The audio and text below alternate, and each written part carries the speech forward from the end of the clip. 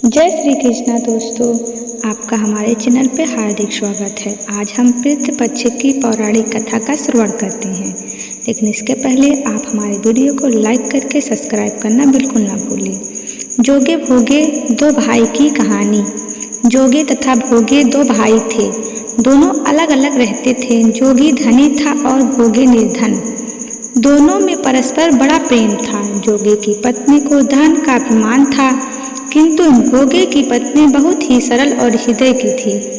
पितृपक्ष आने पर जोगी की पत्नी ने उससे पितरों का श्राद्ध करने के लिए कहा, तो जोगे इसे व्यर्थ का कार्य समझकर टालने की चेष्टा करने लगा। किंतु उसकी पत्नी समझती थी कि यदि ऐसा नहीं करेंगे तो लोग बातें बनाएंगे।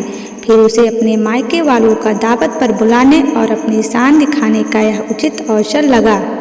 अतः बोली, आप शायद मेरी परेशानी की वजह से ऐसा कह रहे हैं, किंतु इसमें मुझे कोई परेशानी नहीं होगी। मैं भोगे की पत्नी को बुला लूंगी, दोनों मिलकर सारा काम कर लेंगी। फिर उसने जोगे को अपनी पीहा न्योता देने के लिए भेज दिया। दूसरे दिन उसके बुलाने पर भोगे की पत्नी सुबह सवेरे आकर काम में जुट गई। उसने रसोई तैयार की, अनेक पकवान बनाए, फिर सभी काम निपटाकर अपने घर आ गई। आखिर उसे भी तो पितरों का श्राद्ध तर्पण करना था। इस अवसर पर न जोगे की पत्नी ने उसे रोका, न वह रुकी।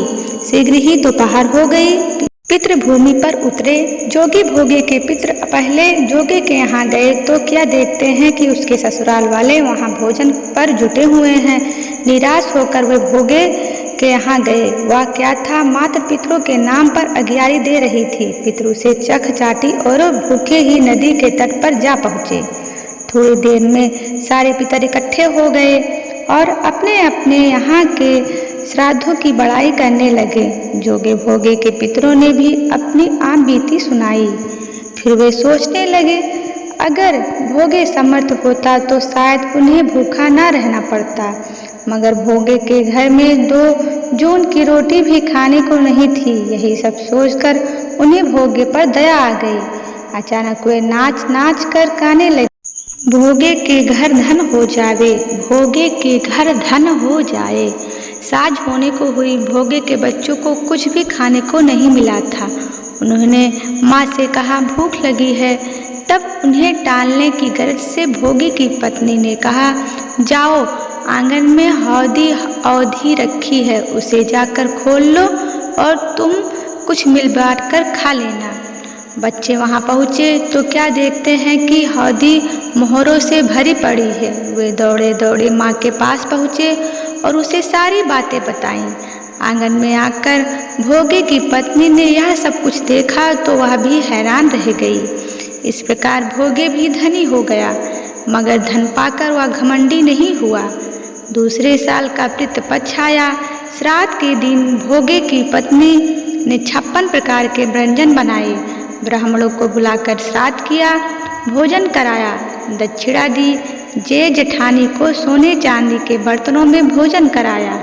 इससे पितर बड़े प्रसन्न हुए और तृप्त हुए। और कहानी समाप्त हुई। और पितर पक्ष में जो भी यह श्रद्धापूर्वक करता है, उसके घर भी धन अन्न संतान की कमी नहीं रहती है।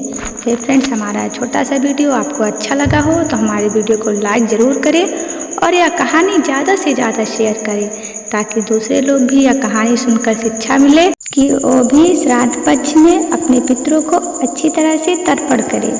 फ्रेंड्स, ऐसे रोचक जानकारी और रोचक कथा सुनने के लिए हमें फॉलो करें।